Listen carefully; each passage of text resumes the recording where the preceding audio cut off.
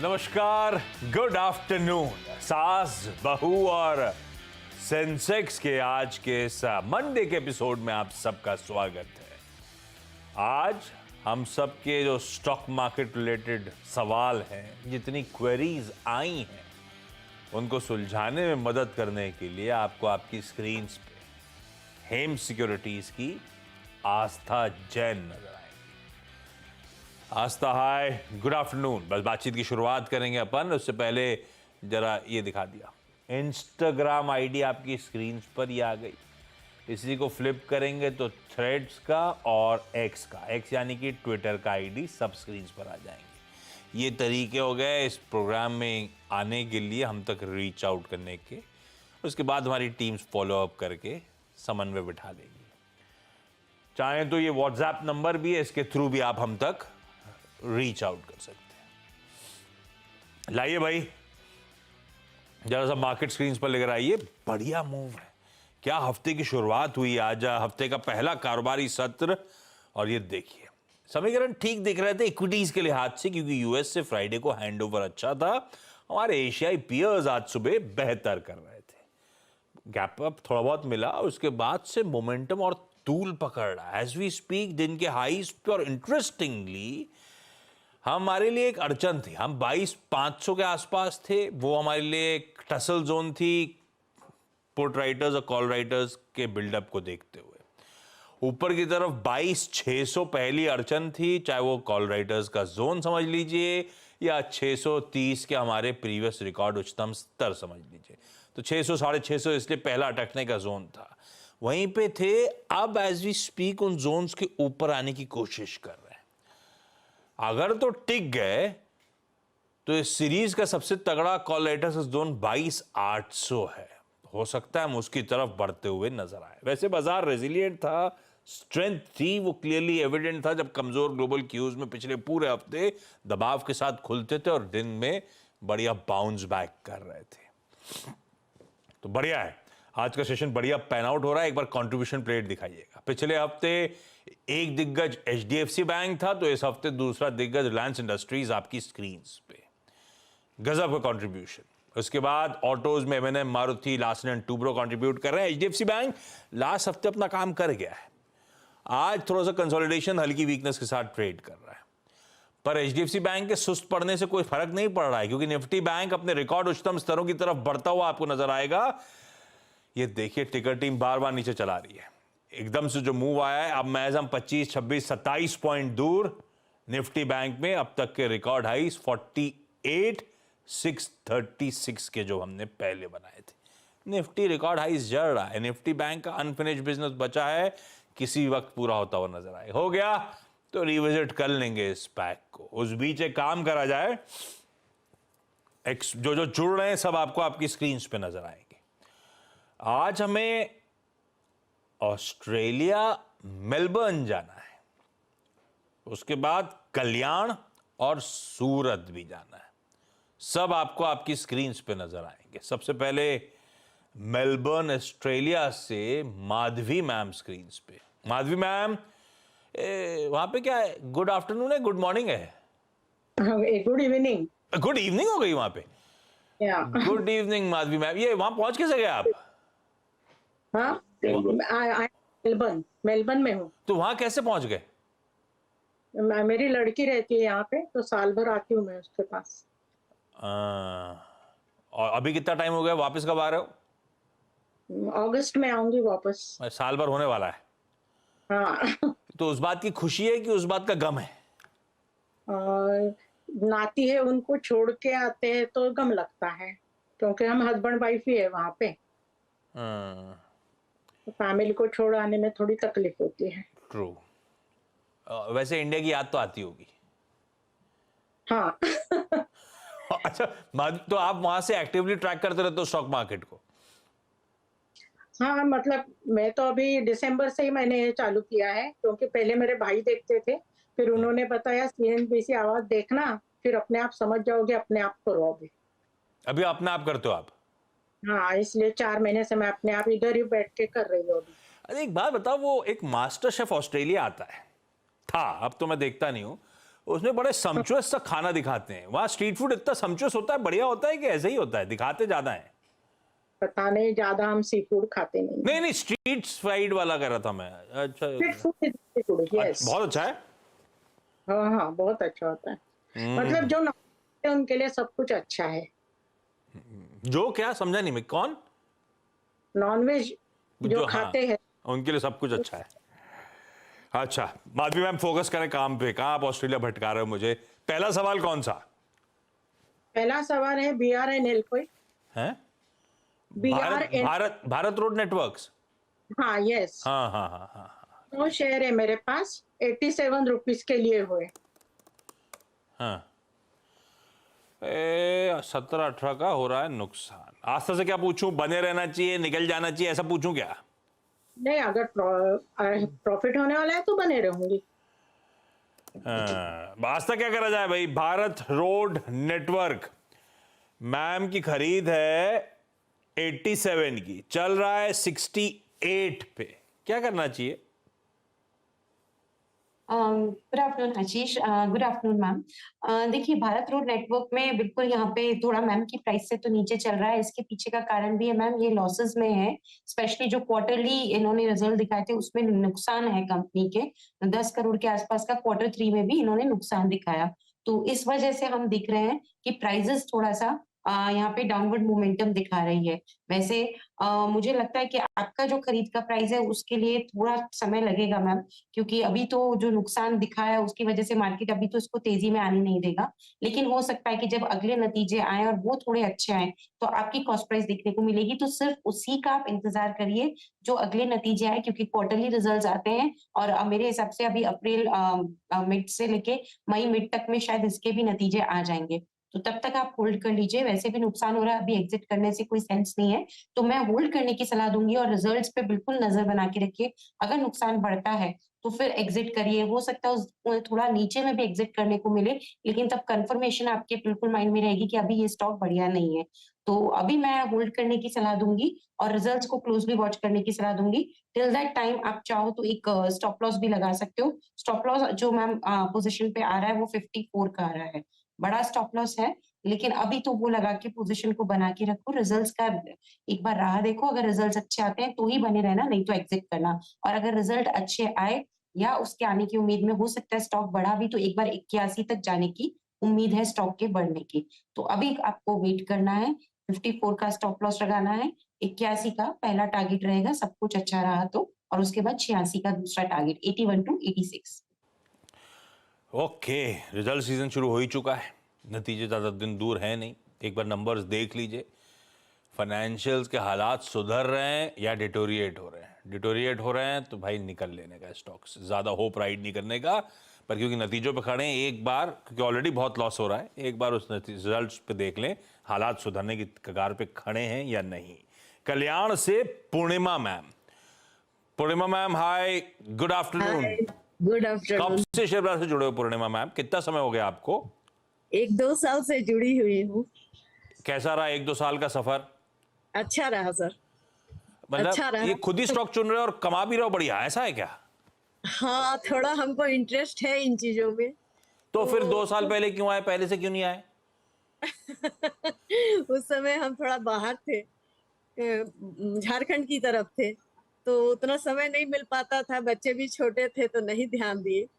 पर अब हम फ्री हैं तो हम इस चीज में अपने आप को व्यस्त किए हैं। तो झारखंड से कल्याण कैसे आना हुआ? मेरे हस्बैंड स्टेट बैंक में हैं, हाँ, तो उनका ट्रांसफर हुआ तो साथ साथ हम लोग आ गए, और फिर यहीं से इनका रिटायरमेंट हो गया तो हम लोग यहीं रह यहीं गए। सेटल। अच्छा लगा कल्याण, मुंबई? हाँ।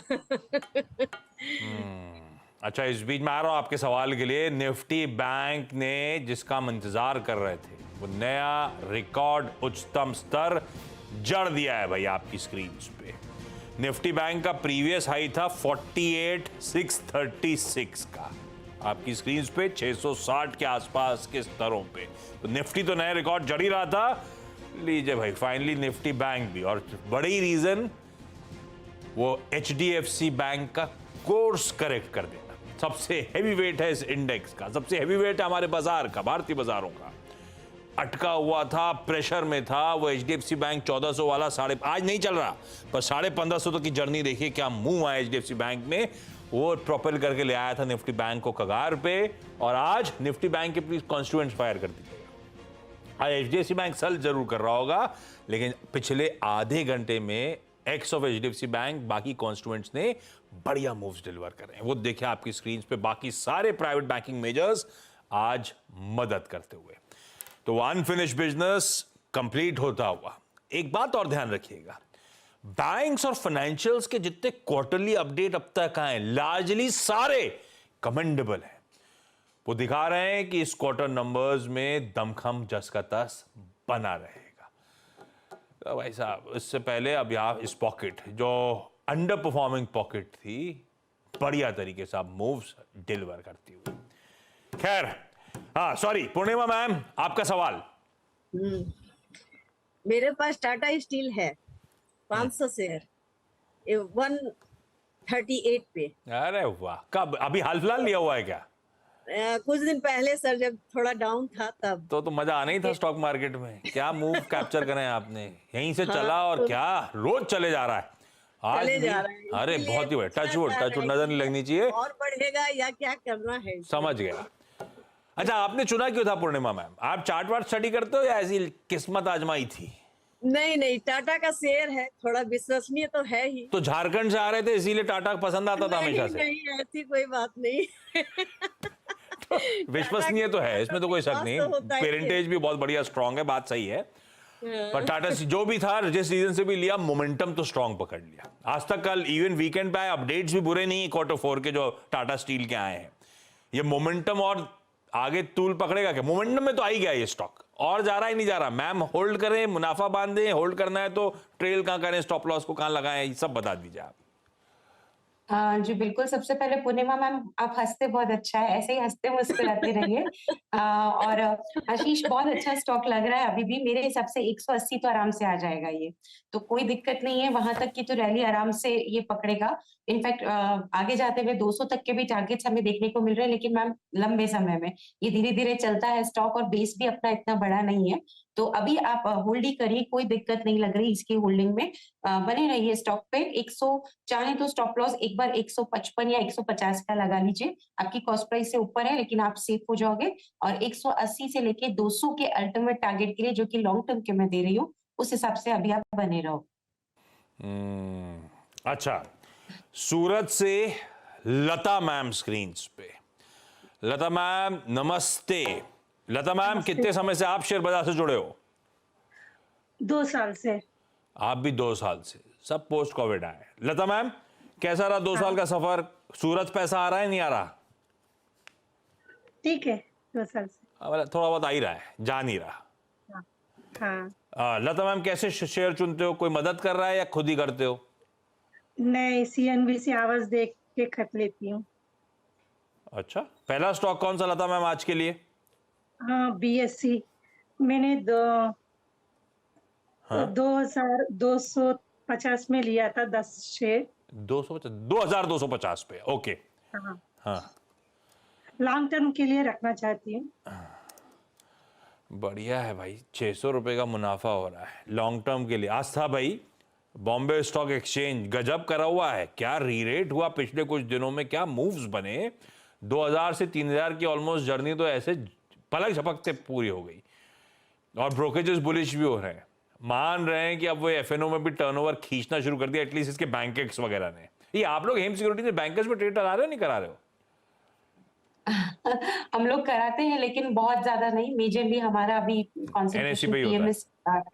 अच्छा, ये BSC क्या करना है मैम का? बढ़िया ट्रेड ग्रिप में 600 650 रुपए ऊपर चल रहा है।